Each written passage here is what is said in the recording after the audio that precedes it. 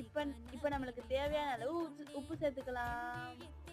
நல்லா இப்போ உப்பு சேர்த்தாச்சு. நல்லா ஒரு கிண்டி விட்டுக்கலாம். பாருங்க நல்லா வந்து கொதிக்குது. கொதிக்கிறப்பயே அது வந்து நல்லா கொஞ்சம் வெந்துடும்.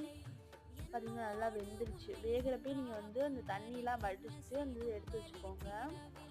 நான் வந்து ஒரு கரண்டி மாதிரி இருக்கு பார்த்தீங்கன்னா, அந்த கரண்டி தான் அதை எடுத்து வச்சுக்கிட்டேன். இந்த மாதிரி நீங்களும் தனியாக எடுத்து வச்சுக்கோங்க.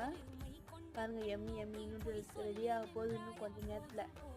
இன்னும் ஃபுல்லாக நம்ம வந்து எடுத்து வச்சுக்கலாம்.